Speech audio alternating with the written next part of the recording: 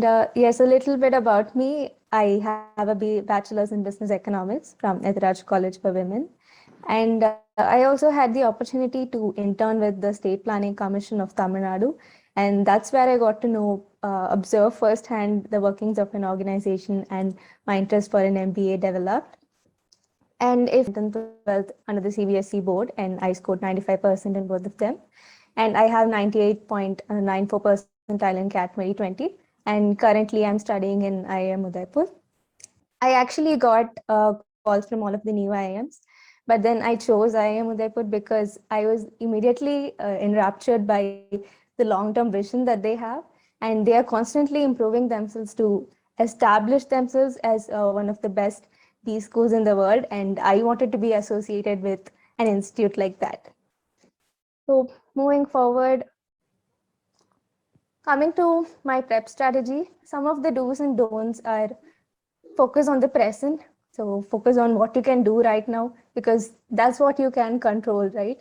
If you focus on the D-Day and fret about it, you might tend to feel stressed because that's not something that you can control. So I would suggest to focus on the present because that's what you can actually control. And also find out the best strategy that you can use on the D-Day.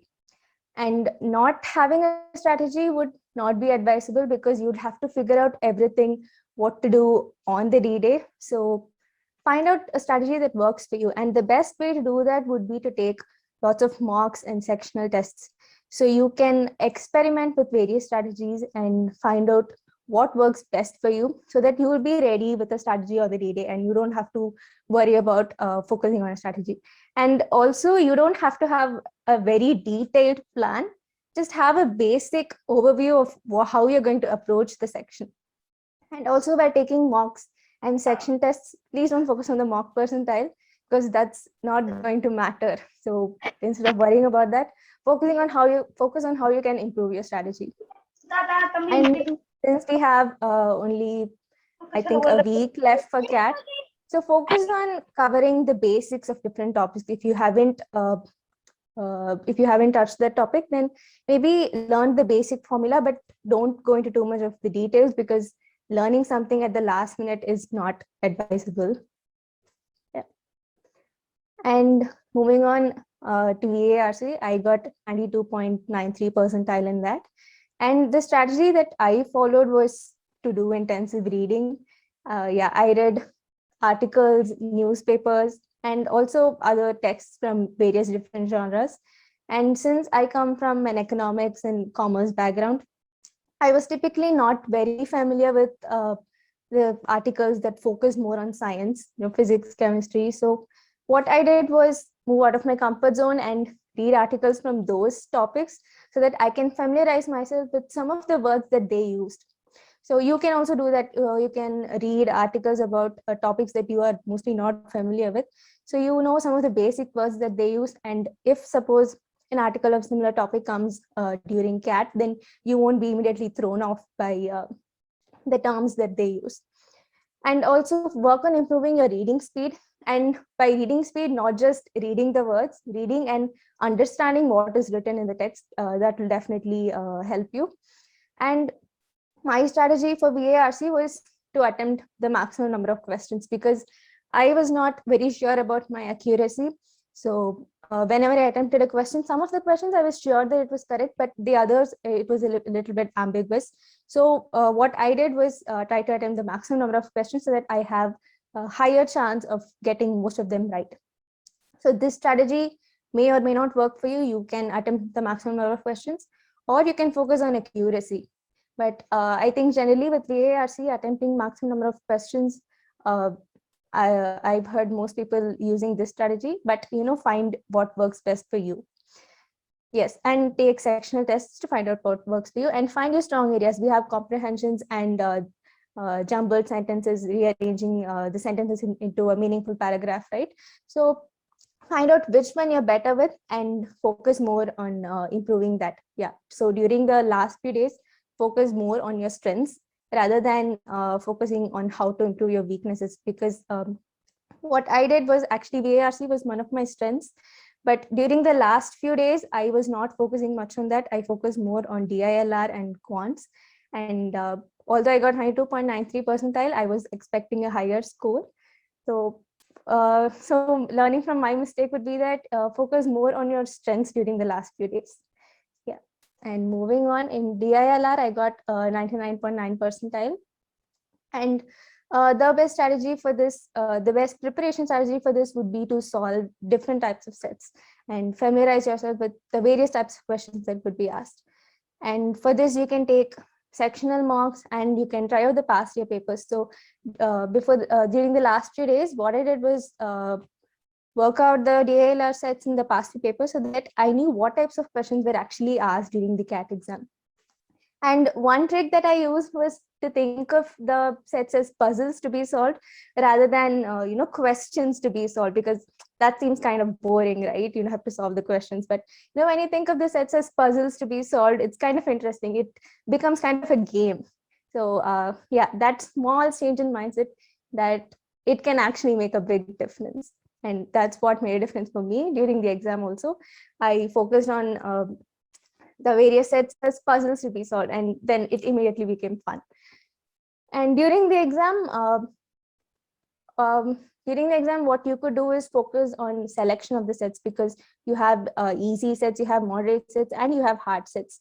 So what you could do is spend a couple of minutes in the beginning to find out which of the sets are easy, which are moderate, and which are hard, and focus on solving the easy ones first, and then move on to the moderate ones, and then the hard ones. And doing this in order to identify these easily, I think the best way for that would be to take sectional mocks, because then you would be able to easily identify which ones are the easy ones, which are the moderate, and which are the hard ones. Yeah. Moving on to quantitative aptitude, I got 92.42 percentile in this. And you can know all the formulae for the various topics that are there. And if suppose you're not very familiar with any of the topics, I would suggest to focus on the basics. Don't go into the details of them during the last minute. That is not a good strategy according to me. So focus on knowing the basics and know all the formulae.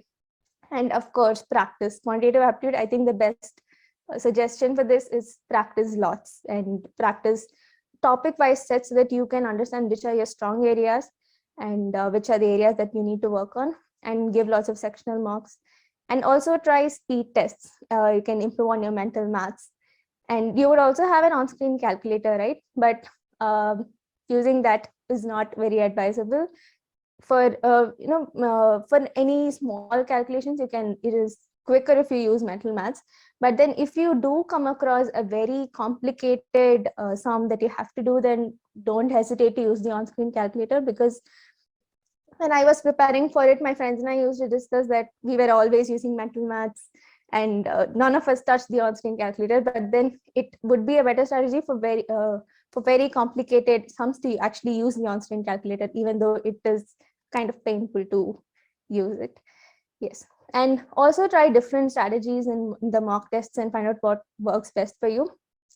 The strategy that I used was, I think, the method of rounds. I'm not sure how to call it, but essentially what it is attempting the questions in rounds. So during the first round, I attempted all the questions that I know that I could solve easily. So that's what I did in the first round.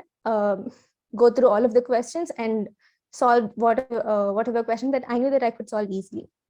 And in the second round, I went on to the moderate questions, the questions that are from the chapters and the topics that I knew, but I had to spend a little more time in order to crack those questions. So that's what I did in the second round. And in the third round, the last round, if I had enough time, then I would focus on the hard questions, the questions that I was not sure how to proceed. So yeah, that is the method of rounds. That is one strategy that you could use. And moving on, yes, yeah, the days before the exam, you can revise your formulae for quants, and yeah, focus on the present, focus on what you can control, focus on your prep right now. And the day before, kind of a few days before, try not to learn anything new and just revise your formulae and get lots of rest, sleep well, check your timings and menu. And that is not to be done the day before. A few days before, please check your timings and menu so that you know where to go and when to go.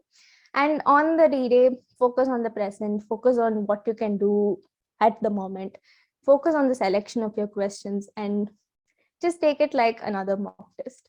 And my last suggestion would be to take each section as a separate test. So as I told you, in the VARC section, what I did was kind of get nervous and I did not perform as well as I wanted to in VARC, but then I did not let that deter me in performing my best in DILR and quants. So yeah, I went with a separate mindset for each of the sections. So think of, even if you made a small error, maybe in one of the sections, please don't let that affect your performance in the next two sections, because you can together make it up in your percentile. So yeah, that we come to the end of my presentation. Thank you so much. Shreya. Your presentation was to the point and very helpful. I'm sure many people will benefit from this. And one question that we keep getting is, what are the very specific mistakes to avoid? Is there one or two that you regret and other people can learn from it, if you jog back your memory? Of course, yes.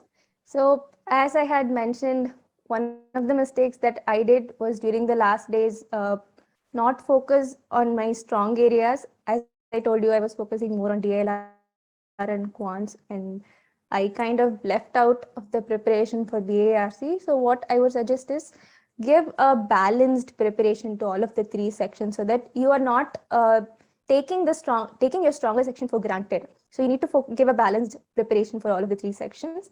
And also, during the CAT exam, during the VARC section, it was the first one, and I was a little nervous. I was not focusing on the present. I was thinking, oh no, I have DILR and quants. How am I going to perform in those two sections? So yeah, please don't do that. Please focus on the section that you are attending right then and there, so that you can give your best. And was there any specific impact of the shorter CAT exam than traditional exam if you had prepared it in earlier years? Was there any adjustment that you had to do, and how did you do that? All right. So actually, 2020 was when I gave my first attempt, but then some of the mocks that I took it for the 3 hours. And the strategy that I kind of changed was better time management, right? Because in the 3 hours, you had to sit for a longer while, you had to concentrate for a longer while, but in the 2 hours, it's for a shorter while. So it might, the level of questions that you get might be difficult in the 2-hour exam, because it is for a shorter while. So even though you have to concentrate for a less amount of time, you'll have to make sure that your prep is up to the mark, so that you are able to tackle the difficult questions.